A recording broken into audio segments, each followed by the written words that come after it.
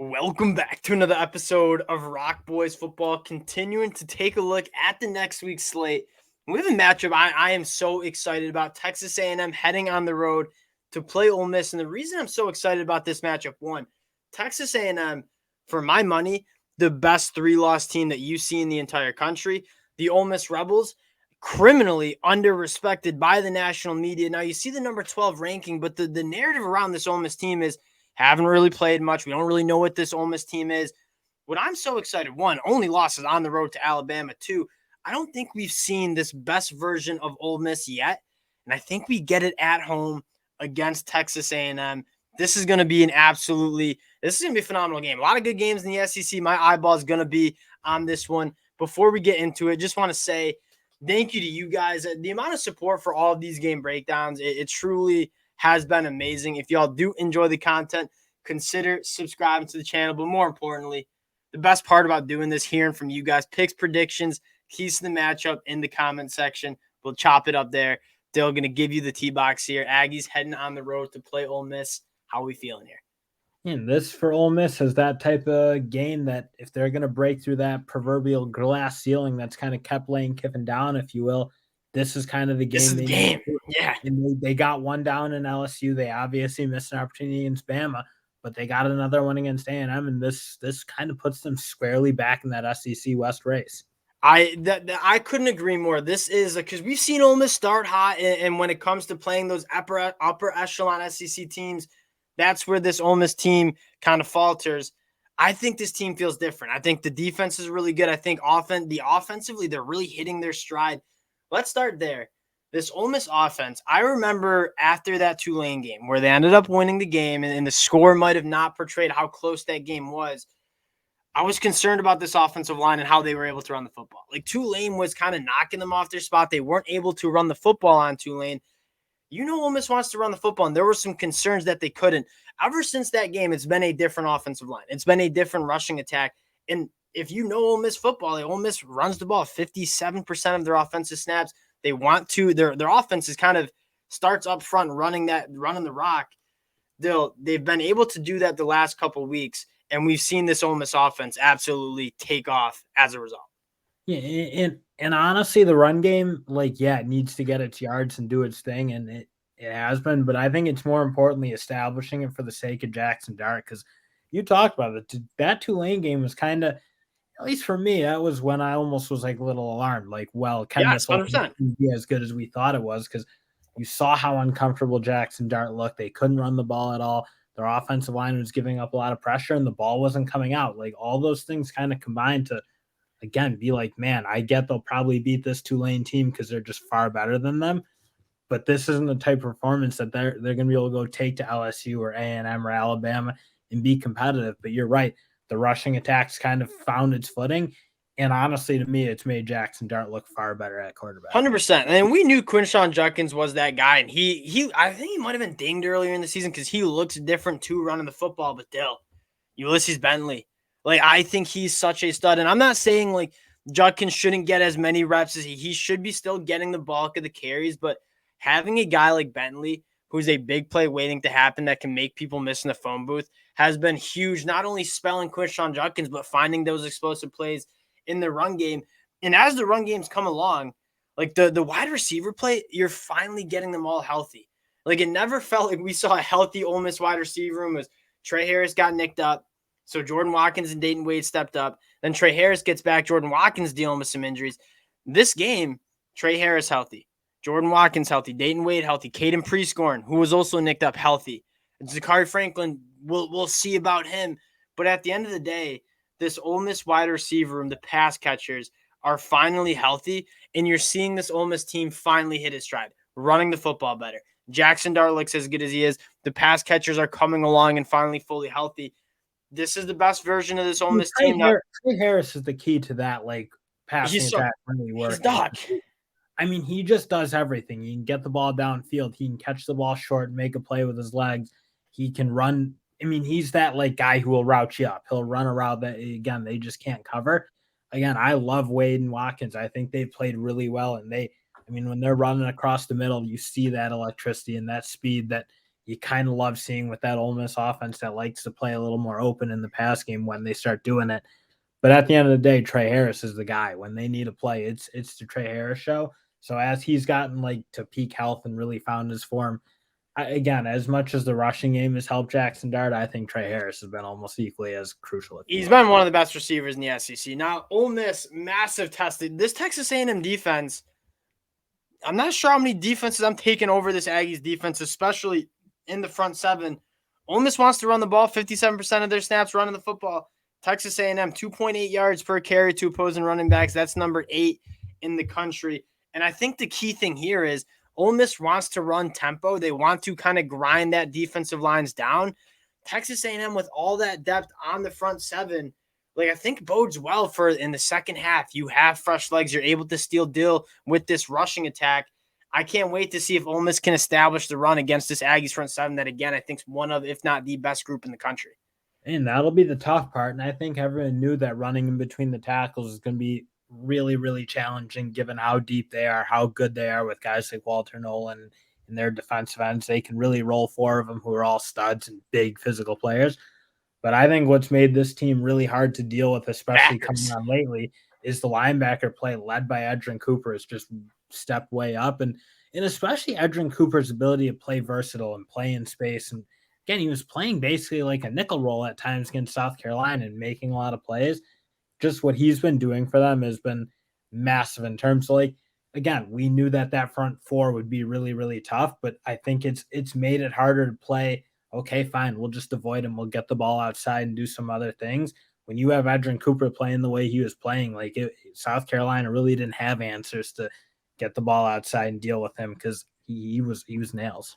Yeah, that when Ole Miss wants to throw that's going to be a battle. And when Ole Miss wants to throw, it's Texas A&M team sacking the quarterback.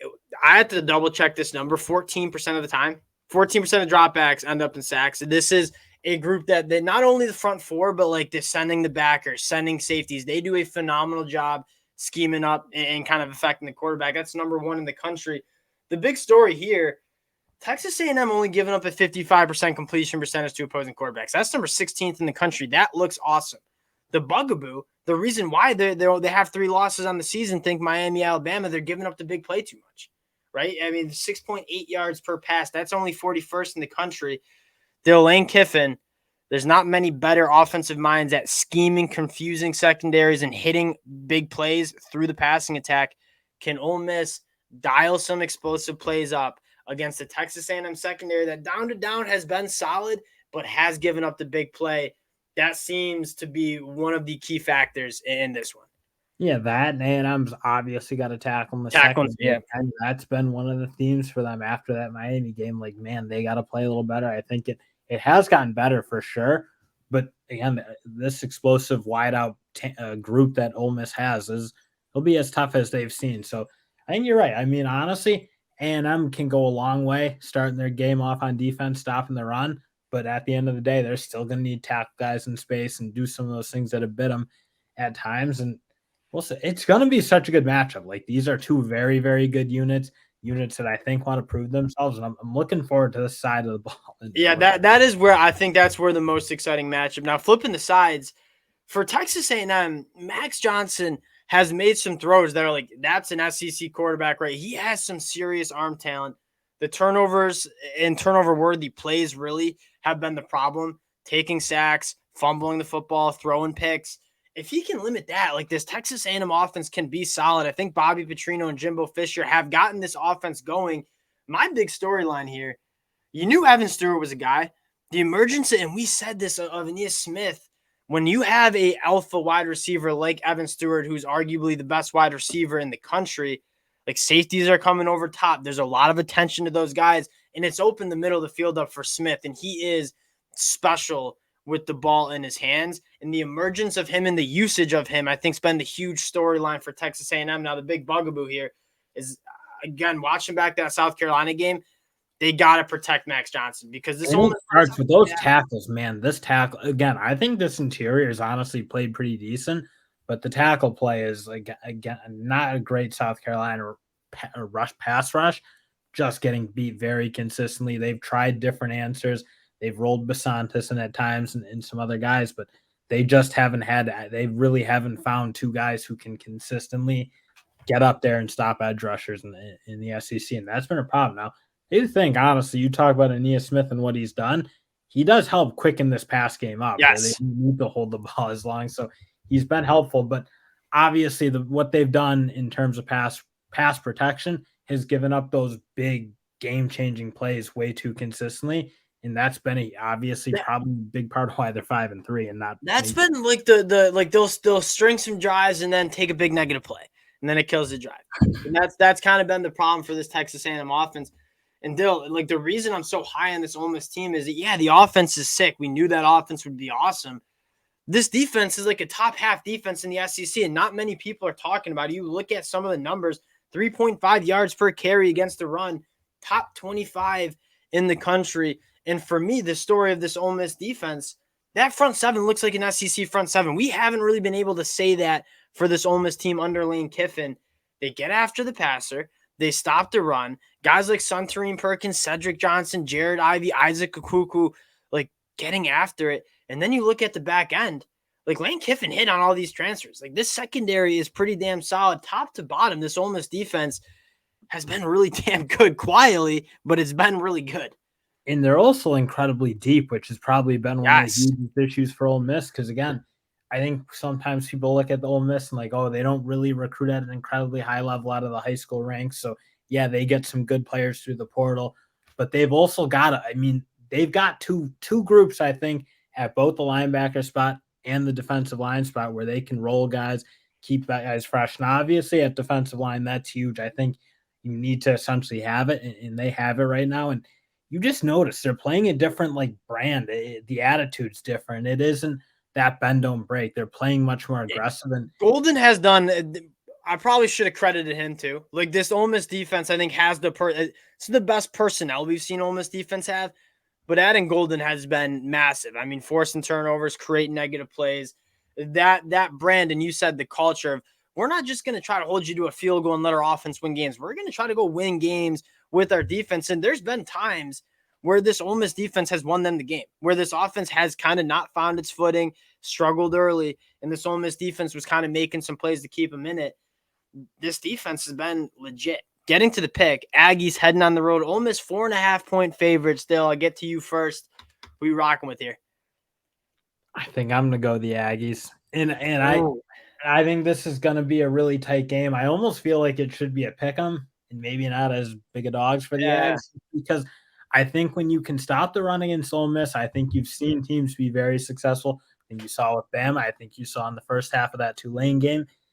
There's no one better stopping the run than the Texas A&M Aggies. And when they do that and they get to Jackson Dart pressing a little bit, I think they can create some real havoc. And again, I think they might be able to make enough plays in the passing game to score enough and do enough to be competitive in this game. Whether they win it or not, who knows? But I think they can keep this game razor tight. I think it should be a pick 'em.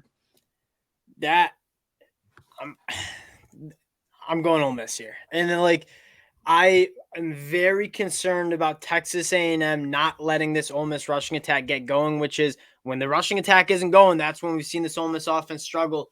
That being said, it's a little bit of a vibes pick here from the boy. Like I feel like this Ole Miss team is hitting its stride. I think it's the most special Ole Miss team that we've seen under Lane Kiffin. Really good defense, and I think the story is, okay, maybe we can't run the football as effectively as we've had against other teams in the SEC.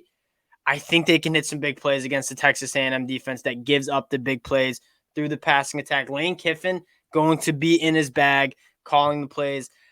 And it hurts me because I think this Texas A&M team is legit. I think it's the best 3-loss team in the country. I'm going to take Ole Miss to cover the 4.5 points. This is going to be an absolutely awesome game. Very excited for it. Appreciate you guys rocking with the boys. If you do enjoy the content, again, consider subscribing to the channel, and we'll talk to y'all later. Peace.